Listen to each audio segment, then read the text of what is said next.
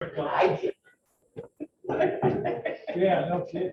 We're recording this. Okay, all right, we're gonna call the meeting of the, for January 18th, 2022, the Munster Board of Parks and Rec to order. First item on the agenda is public input. Anybody out there from the public wish to say anything? There's a lot of people out there, but nobody wants to talk. Sure. Okay, let's move on to the administrative matters consent agenda. The first item, approval of last month's minutes. Motion approved. Second. Been moved and seconded, all in favor? Aye. Unanimous. Vouchers, we have two. 22-1A and 22-1B. I see Dave is on 22-1A again. I have no questions on that. Motion So that would make it me. second. Okay, been moved and seconded, all in favor? Aye. Aye, unanimous. All right, first item under items for discussion are the election of officers. So what I would, as the president now, I would move that for 2022, we elect, make a motion that we elect Mike Sowers as president and Robin Paulson as vice president. Moved and seconded, all in favor? Aye. Unanimous. Congratulations, Mr. President. You take over. You want the big white seat? Slightly warm. I just want you to make a motion that, because we had Janice last year as the recording secretary. If you Yeah, do that okay. on the record. Yeah, you're right. So we have Do you want to leave it that way? Yes. Yes. Yeah. Oh, Okay. Yeah. And in terms of the secretary, then we will, then I'll move, So amend the motion to. yeah, we might as well do it as a slate. Mhm. All right, so we're gonna have Mike as president. I moved that Mike as president, Robin as vice president, Janice as secretary. Second. Moved and seconded. All in favor? Aye. Aye, unanimous. Alright. Congratulations to you all. Finish up the meeting. Yes. Mhm. Yes. You're it. Oh, no, I thought you had to finish it out. No. No, I you take think over. you're in. A lot of pressure now. Oh my Yeah, God. you're up. I'm pressure of it all. I'm gonna give a resignation. All right, moving on to item B, Park Department 2021 Annual Report and Year in Review. Take it away, Mark. Thank you. You guys have a copy of this. I have it up on the screen. I'll try and keep along on the screen as I highlight some notes on here. As I presented this last year, this is again something that we're required to put together by state statute. And then I'm proposing it to you to be our annual report that we would also then submit to the town council as the elected board for the municipality. So just jumping into the second page here, a summary of staff. This last year, longtime employee Linda Dillon retired October 1st. She had been here for 34 years of public service. So we did thank her for all of her years of service and dedication. With her retirement, and we previously had a maintainer 2 position vacant, we were able to fill both of those positions. Fernando Lopez was hired on October 4th, or started on October 4th, and Christina Edwards started October 18th. So Kevin's crew is fully staffed as of October 18th. So he is a happy camper nowadays with those things. So Abby Kressel and our recreation supervisor of aquatics became aquatic facility operator certified. So that's a certification that she acquired this past April. Jill Higgins, as our superintendent of recreation, renewed her CPRP to keep that standard, that certification of professional standard that she has as well in her position. The department employs 106 part-time employees in 2021, besides the full-time ones that you see at the top of that page. These include lifeguards, park maintenance assistants, recreation program leaders, referees, camp aides, social center attendants, and the like. So we're extremely grateful for the number of volunteers that we get. Without the number of volunteers, they really assist out with our recreation programs and special events each year. Hopefully some of the people in attendance will be some of those volunteers or even have been some of those volunteers. We did want to highlight a special, another one, a teenager bingo volunteer, Joanne Sills, who stepped down this past year after 20 years of volunteering with the teenager group. So we that's someone Skylar became pretty close with, and we're gonna miss Joanne out there. On to page 3, we have our board accomplishments. I'll highlight a few of these as well. Recommended the updated rules last year for the town council. Rules for the parks to the town council for adoption, which they did later approve. Approved terms and conditions for shelters, pools, social center user agreements upon legal advice from our council. Continued operations of the department despite the pandemic challenges, including during times of staff isolation or quarantining due to positive COVID tests. Directed purchase of new vehicles and equipment based upon a replacement schedule or emergency replacement. Met in a timely fashion throughout the year to approve fees and vouchers. Approved salary and wage schedule for part-time and seasonal employees to remain competitive in the current times. Approved construction of a cricket pitch at West Lakes Park, which is still under construction. Made recommendations to the Planning Commission regarding parkland dedication for the Community Resources Phase 2 development. And set up a memorial program policy to guide and direct the rules for our memorial items in the parks, which include trees, benches, dog park bones, and bricks. From a financial standpoint, our budget last year was cut going into the year. It was just over $2 million to operate our Parks and Recreation Fund. That's our day-to-day operations fund to operate the department out of. We had expenses just under that of 1.9 and change. So we spent 95.4% of the budget that was given to us. Revenues, though, as you can see, Under did budget. exceed that quite a bit. So that was happy that those revenues came in at that level. So that was nice to see. The 770 fund, we like to also highlight, that's our non-reverting fund. That's where a lot of our donations go for various different programs. This past year, we had a unique one. I think if you remember right, the South Shore Convention and Visitors Authority gave $20,000 to most of the local communities around. And we used that towards helping with some of our fall events. So those revenues again came in upward over $100,000, and expenses were less than that. So that's always good. We want to see the expenses less than the revenues there. So moving on to page 4, our parks and facilities pages. Park usage continued heavily, and people continue to be outside for the recreational pursuits. So one of the things that we did get was a few years ago, we did the LED retrofit lighting of all of our lights in the parks.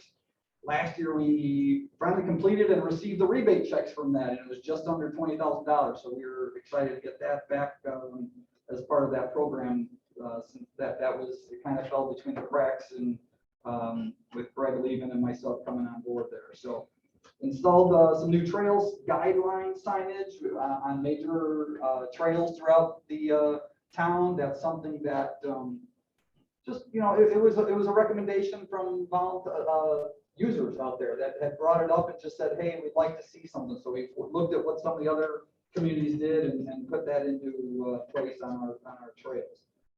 Added 35 new trees out at Beach Park and Centennial Park following a grant of $10,000 from the Little Calumet River Basin Development Commission. The social center was updated this last year with new chairs and repainted of the banquet room. Like you that much.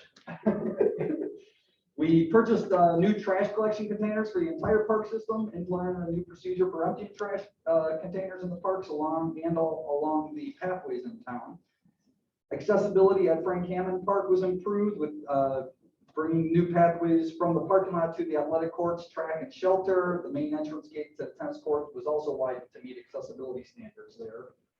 Improvements were made to community park pool, including painting the locker rooms, installing a new diving board, and gel coating the amenities in the zero depth area. Purchased an enclosed trailer to store and move the white event chairs, which previously were stored in the basement of the clubhouse. So now we have the ability to store them in a trailer that's ready to be hitched up and taken wherever we need them within the park, as we don't have as much indoor storage space any longer at this point. I don't have it written down there, but I did want to point out to this past year, I had to answer some interrogatories about an incident from the landfill during sledding season back in 2019, so previous to me coming here. This made us review the sledding hill rules, this going into this current winter, myself and maintenance staff met out there, and based upon our ordinance, we have the actual ordinance in town is no sledding in parks except for designated areas. We don't have a designated area right now. So we've put up signs that say no sledding out there because of the dangers that are out there, which include the well heads, the black plastic circles that you've seen, some of the landscape rocks. That's where the interrogatory questions came from, and some of the, and even storm drains that are out there at some of the low spots. So unfortunately, Checking on those questions, right? yeah, those are, that's something that's still out there, so I don't want to get Yeah, into don't too get much into that. in regards to that. But I wanted to at least share this with you, that this is the case, and this has kind of been the suggestion of that legal action. Is there any other location we could have? Yeah, I was just gonna say, you have to have another, because it's gonna continue to happen. And the last thing that you want is for them to, when we closed off that front section, everyone did the other way, which led out to the street. you know? Yeah, right. I see that. So you don't want that. So we If- have to have some sort of designated area. I mean, we can designate an area, no one's gonna want to use it. It's gonna be very basic and flat, almost flat. I mean, it's not as steep and fast. I mean, that's the problem with it. I mean, trust me, as we went out there with staff and looked at this, there's some dangers out there that we noted that's like, holy smokes. We don't have to get into those. There dangers. could be But I some, mean, yeah. the question I have is there an area that we could have a temporary, the cheap fence that you have to go within this fence? Is there another area, cobblestone? Or, is there another one? We don't have a great amount of, anything on that hill in that park has those landfill wells. Those wells are all over that hill, Okay. for the reason of the methane and to get, Right. to make all those connections.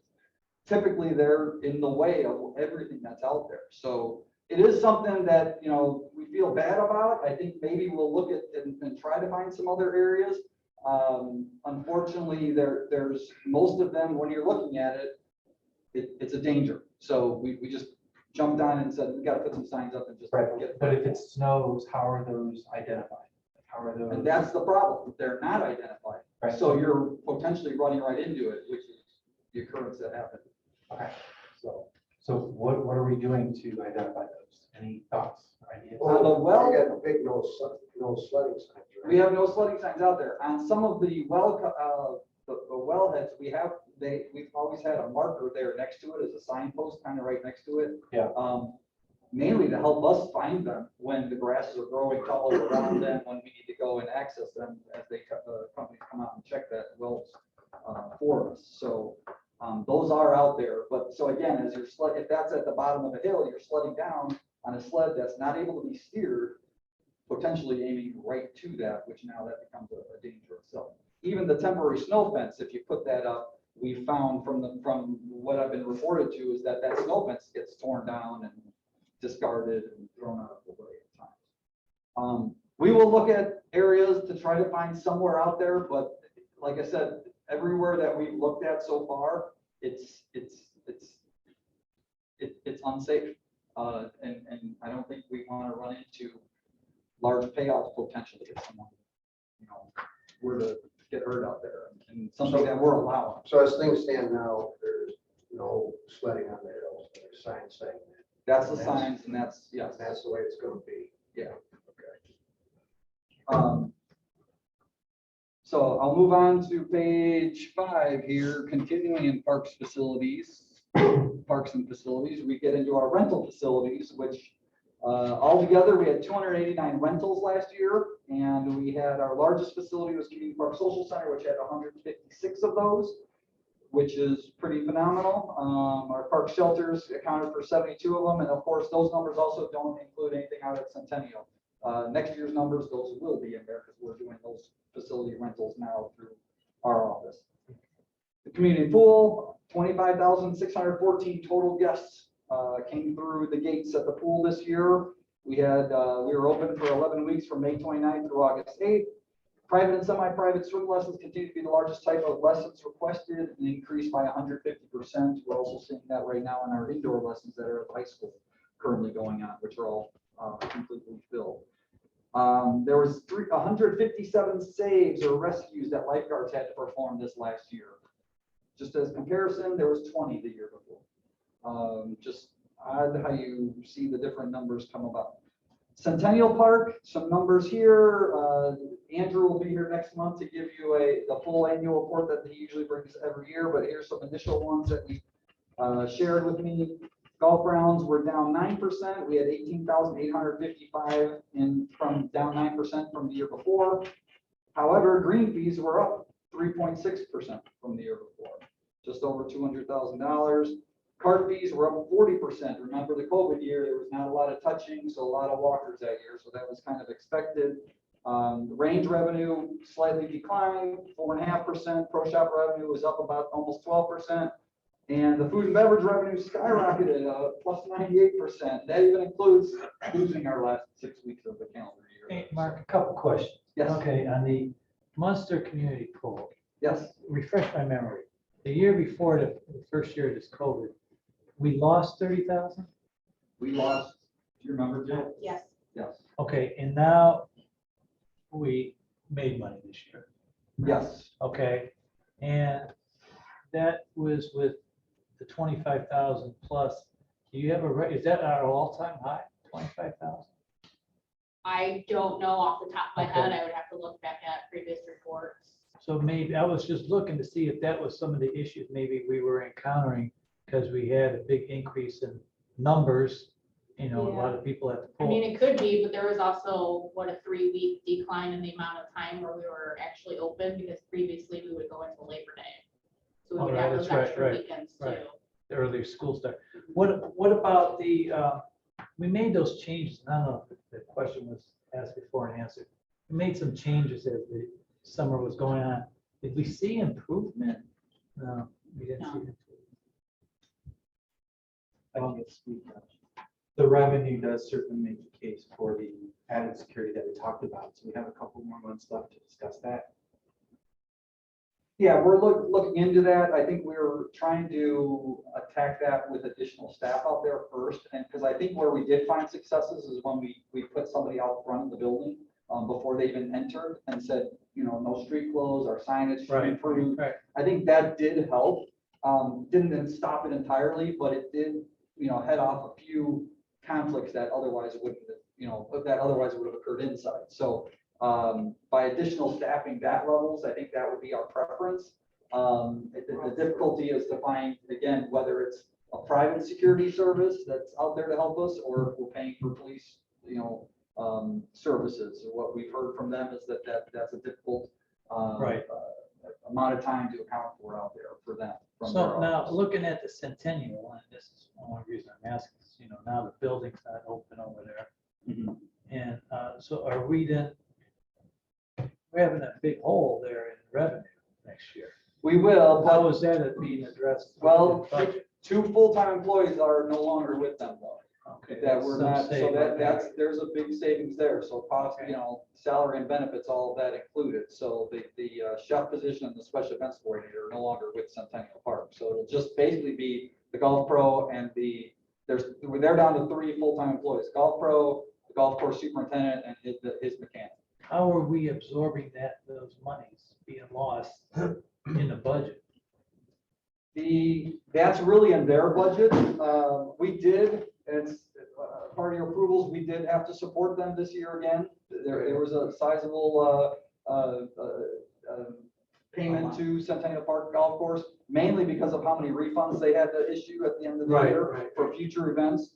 But otherwise, we expect that the golf course will cover expenses operationally through these revenue streams. I hate to see some of With the that golf money now, we're thinking we have extra money at the pool, we could have more security, but then on the flip side, we're losing it at the Centennial. But our expenses also won't be as high either though, because I mean, some of that, a lot of that expense is counted for the food the drink that you had to get for Okay, the yeah. different food, and the different rentals within the Costs, facility. But yeah, Andrew will be able to be here next Okay, month with okay. the full report and he'll be able to answer that a little bit more detail. Thank you. Just a quick question. So with the situation at Centennial, I assume they're not going to be operating any food anytime soon. Have we thought about what's gonna happen with the community park concession stands, because they run those too? They're going to continue to do those through the pro shop will be or the golf pro will be that person in charge of that. They're looking to hire a seasonal concessions manager, which is what they used to have years ago before the full-time chef came on board. Great, okay. And we were talking about their golf carts. Are they in that building? They are still in the building. We're still operating out of the pro shop. Basically, the counter is right at the door. We're letting them step in a foot or two, do their business at the counter, and then leave. We were talking about what to do with the golf carts. So the carts are still downstairs, until further notice, unless the building shifts again, we're gonna be able to continue to store them there and use the pro shop itself, but nothing beyond that. So staff can go in there, the public basically cannot though, because we're not sure what inside that. One thing too. Yep. You don't have a breakdown of food and beverage sales for the golf. The 700. I don't, but I can ask Andrew to see if he can prepare that for next month, if he has that in his number. And then if I read going back to the vouchers, are we paying $5,000, $5,174.39 a month to heat the Centennial building? Where was that? Oh, There's no charge? There is still heat on in the building. It's been turned down, but we are still heating the building because the sprinkler systems are still, we can't turn it off entirely. And the pro shop staff is there when the golf course is open. So there is still heating going out. That particularly to the clubhouse, we don't know. Yeah. I don't know if that, I'm not sure if Yeah, the info bill you're looking at is specific for, Centennial. if it's only the clubhouse or if it also includes. Maintenance building, the generator, the clubhouse. as well. Okay, are there any other fixed costs for the building other than pitch stuff? Water. That's the sewage? main one. We do have a little bit of water, but yeah, it's definitely gone down. Next goes the major one. We're not paying insurance.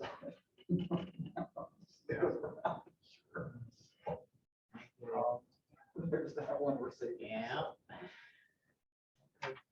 And one more thing, there's a number of saves at the pool, it just blows my mind. Right. That we go from 20 to 157. I mean, if we decide that we're gonna have some kind of policy for these mothers who are not watching their kids or dads or whoever, that if they drown more than once, we're gonna remove them into the pool. Right. We are, and it's kind of a strike, a three strike and you're out type of system that we're gonna use there. We don't draw the person. I mean, it's really. Save, not drown. They bring But, flag on the side. to go down the slides, we did raise the height minimum. That's something that talking to the manufacturer, that's something available for us to do, so it won't be the littlest of kids to be able to go down that. So the policy still is if you're young, you have to come in with some type of parental, or not parental, but some guardian. If you're watch. under But 17, can a mother or father take 20 kids from the neighborhood and come over there to swim? And that's the designated. you could, because there's times where we have parties that come in that way, but that doesn't happen all that often. Yeah, more often than not, it's groups that are coming in with, parents or coming up like a birthday party, but maybe they get dropped off with the parental involvement there. Yeah, that's not gonna chart. Let's hear that. All right, on to page 6 here. This is recreational programming and activities. We obviously still felt the ripple effect from COVID-19 in 2021. Most outdoor activities and events were very well attended as many people look to return to a pre-pandemic normal. We did begin a partnership with the Southland Center in Linwood last year. That was mainly because at the time the school town facilities were not available as they were going through prime COVID times. The Youth Soccer League had a very successful return in 2021 with 66 teams across the 4 age divisions over both the spring and fall seasons. The tennis programs increased by 19% in 2021. So of the 349 registered participants, 62% of them had never taken tennis with us previously. So that was kind of exciting to hear. That was something that Well, I'll get to that in a minute. The dog park memberships actually increased quite a bit this year. We went up 38% over a year. We brought in just over $17,500. And then we received 2 recreation grants. One was the United States Tennis Association Grow the Game grant for $2,400. That's statistics of how many kids are playing, and playing is something we had to ask and survey, so we could use that for seeking the grant. So that was where that data came from. And then also the $20,000 tourism jumpstart grant from the South Shore Convention and Visitors Authority. On to my next page, special events wise, daddy-daughter date night. We ended up having to offer that at the Centennial Park Clubhouse. Last February, school facilities were not available. We did 2 different time slots, so and that was still something that's very popular. Car show was a record-breaking year. We had 226 vehicles and over 2,000 people in attendance. So you exceeded our greatest expectation for that event. We did a Hey June concert in June, obviously, for featuring American English, and had 1,200 plus people out at Centennial Park. Did a 15-mile Pennsy bike ride event by partnering with Cherville Parks, and had close to 300 riders for an inaugural bike ride this past year. Walk in the Woods took place at Heritage Park again. We started that in the COVID year, brought it back again, and had another great turnout with 1,135 folks at that event for a short 2-hour event. Pumpkin Witches and Hayride surpassed our expectations. We actually, there's a little typo there, but we had 2,000, over 2,000 in attendance at that event as well. Trunk or Treat was combined with the Beaker Woods Night Walk. That combination helped the attendance at the Beaker Woods Night Walk have a record-breaking year, which had over 2,800 in attendance. So our special events, those outdoor activities are definitely continue to jump when we have those offered. Page 8 there, our department social media and marketing. We issue our 3 recreation guides as we've done every year as the more traditional way of advertising. In the more current times, we're using social media more and more. Instagram, Facebook are both pages that we have followings and presences on. We were up 12% in our followers on Instagram, up 19% on our followers on Facebook. So the one of our events, the most shared event that we posted that users shared on Facebook, which had 424 shares, was the Pumpkin Witches and Hayride. So that we were pretty excited to see that kind of response on one of our events. You try to be Phil, all right. We also use our Active Network software, registration software in our office. We do an email contact list, and that email contact list increased by 11% this past year. And also, one of the marketing efforts that we do is to seek various sponsors and for our programs and events.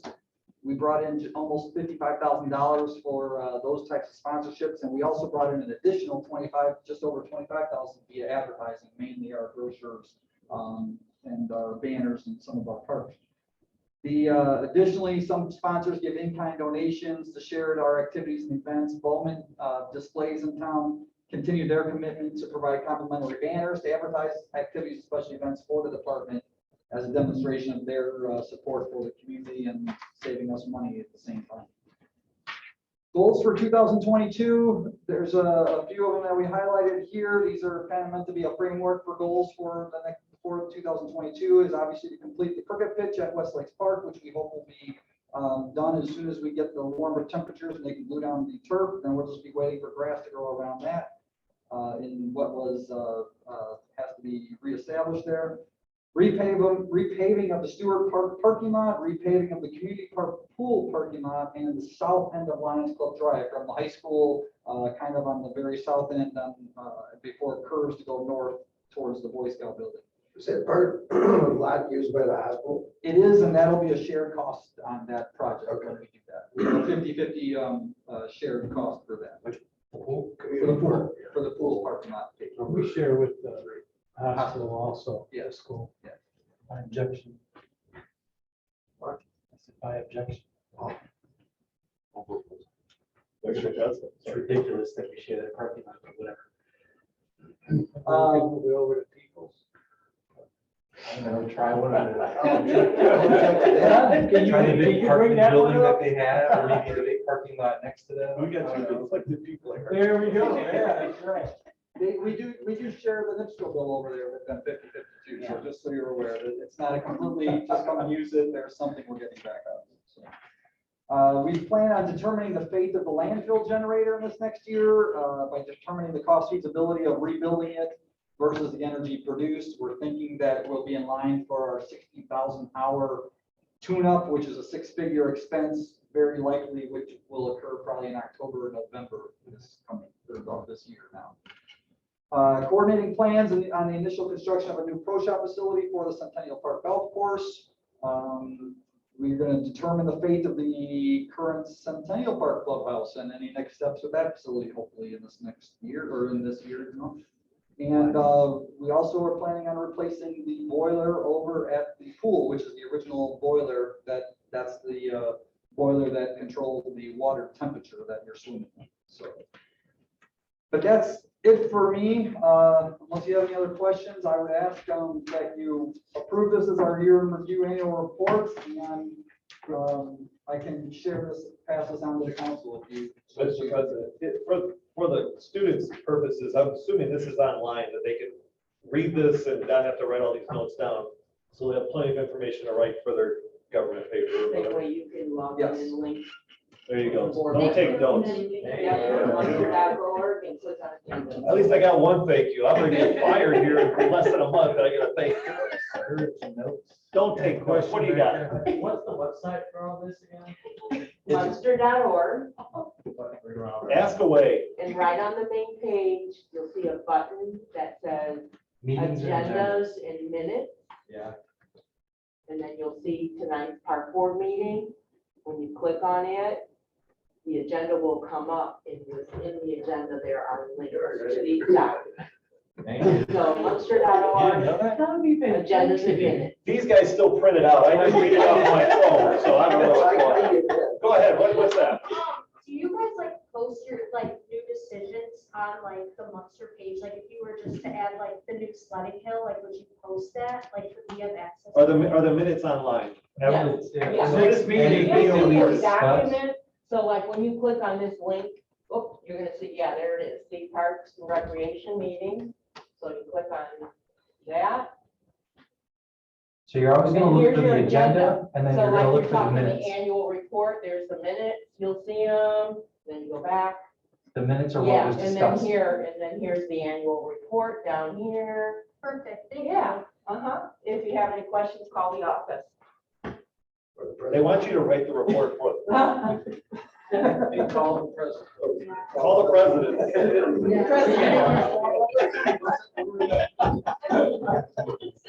There it is. Do we have a motion on the floor to adopt the 2021? I'll make that annual motion. report? So moved, right? I'll second. Move and a second. All in favor? Aye. Unanimous. Moving on. Golf course irrigation improvements. Mr. President, we have a memo for me in your packet along with a proposal from Reinders to complete. This is a project that we've started out on the irrigation for the golf course. There's 9 remote boxes. There's 1 per hole on the 9-hole golf course that connects to the irrigation system. This is what we're replacing is the initial irrigation system that was out there and the control mechanisms that tell which zones to pop on at what times and so forth. So we had a plan in place to do 1 of those per year. This past year, a lot of those, we're finding that the parts are coming even more difficult to find, and we want to just get it all updated at once. We received a proposal from them. This is a sole source purchase because it's a system that's already been started. We started with replacing it. So that's why there's only the 1 proposal in here. Besides the actually replacing the units, the 5 remaining units that we need to replace, and also replacing hardware and software, the computer that operates this in the golf course superintendent's office at the maintenance garage, and also more of a bonus for us. The upgraded controls are going to allow him to even be able to do this remotely from his connecting to his phone and so forth. So we're bringing this with this is something that we budgeted for in the town's 2021 general obligation bond. And we are bringing this to you with a recommendation to make this purchase in the total cost of $46,000, $46,624.81. Is there some kind of warranty? If it's in here, I don't see it. There is, I think it's it's different what's on the computer software. I want to say it's 3 years on the units themselves that are out in the. The ones that are there now, that replacing have been there since the course was built. The remaining 5 we would be replaced. Yeah, those are the last 5. We also will save them because there's actually 2 other remote ones that are in the other part of Centennial Park that we use, but that are not ever, that were not wired to the system ever, but the parts will still be good for us to use when we're desperate for keeping that side of the park running as well.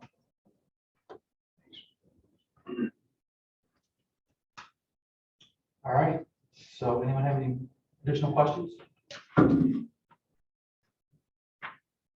we have a motion? I move we, excuse me, accept the recommendation that staff approve the purchase of the remaining 5 Toro remote irrigation control units. I'll second. Moved and seconded, all in favor? Aye. So that is the last item on the agenda. Mark, just a point of clarification. Perhaps you could, that 2021 year in review, if you could maybe ask the IT folks to post that on our recreation page. Yep. That might be an easier place to find that, since it's an annual thing. Yep. That'd be good. Mr. President, Yes, sir. I have a sort of an announcement to make. This past Monday, I was approached by a council person, Councilman Gardner, who said to me, asked me if I was interested in reapplying for the position of park board. And I said, I would be, but ultimately it's the decision of the council to make that decision. The discussion went on and he said, look, we're looking to shake things up. You've been on there for 7 years. So 7 years is a long time, right, Dave? So I said, okay, if that's your decision. And I guess last night being Ken, you were there. I think you made the motion that they're referring my appointment back to committee, which is basically, you can only imagine, it's sort of like, it's not you, it's me when you're trying to break up with your significant other. And so I don't foresee a opportunity or a time where I'm going to go ahead and reapply for a position that I've been sitting in for 7 years. I'm certainly, if the council is not pleased with my performance, then certainly they can choose someone differently. But I did want to thank the staff here that does a wonderful job. I like hanging out with my good old board members here. We've had a great time. But I think, Jill's here and Donna and everyone else that is here. I don't want to, I screwed this up. I should have remembered everyone or put it on down there. Janice, Jesus, you're right here. That don't get the credit that they deserve. And I think part of the issue maybe possibly is that somehow I defended certain aspects of this board and certain aspects of the employees where we were being asked to do a lot more with less people and not getting the support that we needed. And if that's a problem, then I'll take what I'll take. I mean, we all agree that $600, I don't think I'm gonna go shovel some snow, I think later on this winter to make up for the lost revenue, but they did offer me the opportunity to reapply for the position. I think if they were satisfied, I think I would have been retained. So with that, I mean, look, it is what it is. Ken, you're familiar with that. I think the last time that someone on the park board got sent back to nominating was when Ken was knocked out because Cobblestone Park. Is that not correct? That wasn't the reason. Oh, well, I'm sure there was I don't know what Cobblestone Park would. there was a basketball court, from what historians have told me, that said that they actually approached me and said when they found out that this was occurring, that I found all this information out. I've known nothing besides what they've told me. So at the end of the day, kids, be good to yourself and be true to yourself. And if you know what, people are gonna unfortunately like make up stories, and that's cool. I may have to come back and learn how to play cricket though, because I am sort of disappointed in that aspect. I really want to come back and play cricket. So anyways, I appreciate the time. It was been fun, even especially with COVID, especially with 120 kids drowning, especially with everything else that you guys got going on in the park system. So it's been fun. A correction Oh, is that the motion I made was to send all of the appointees to the nominating committee, not just the one for park board. BCA and things of that sort. so we can all apply And I for don't our think jobs again. And being the incumbent, I don't think you need to reapply. And you've already said that you're willing to serve another term. And Councilman, unfortunately, I got an email today from the town manager's office that said I would have to reapply. And you know what, maybe I changed my mind and I reapply, but I'm gonna tell you what, highly unlikely. I would to do that. It is, I mean, and that's fine. Look, the staff deserves the credit. You guys have gone through a lot of crap for the last 2 years with COVID and swimming pool and lack of security and Centennial Park. a whole bunch of other things that they don't get credit for. We sit up here and have a good old time, but it's those folks that have to go answer the calls, clean out the garbage, fix the net, the water fountain isn't working, go do that. I mean, what I do is nothing. That's where the attention should be. And I told a couple of council people that I believe that there should be better communication when deciding things that impact the park board. You should tell the park board as opposed to putting an individual in the middle of a situation that is unfair to everybody. And look, this is not sour grapes. I'm just telling you, and I want everyone to know so that when it's out there, you get it from the horse's mouth. It's me. I'm telling you what happened. I'm cool with it. I'll go find something else to do. I'll miss you guys, but I'll do something else. Well, thank you. And I personally am gonna reserve any goodbyes. No, God, I don't. Anything like I that. don't, look, I don't want a cake and I'm not gonna get a park named after me. I get it. I didn't serve long enough for that. We're gonna name one of the suites after. What, the bathroom or what? You're gonna get the repay suite set. Yeah. With that, can we Just have a the motion to children's adjourn, please? Motion to adjourn. We got a motion. No, repay Snow Hill. There you go. We don't have Repay one. Snow Hill. So you have it, it's named after you. I'll take it. Do we have a second? All in favor? Aye. Motion being adjourned. Thank you all for coming. Thank you. Thank you, thank you. Thank you. Oh, that's right, we got to take a picture.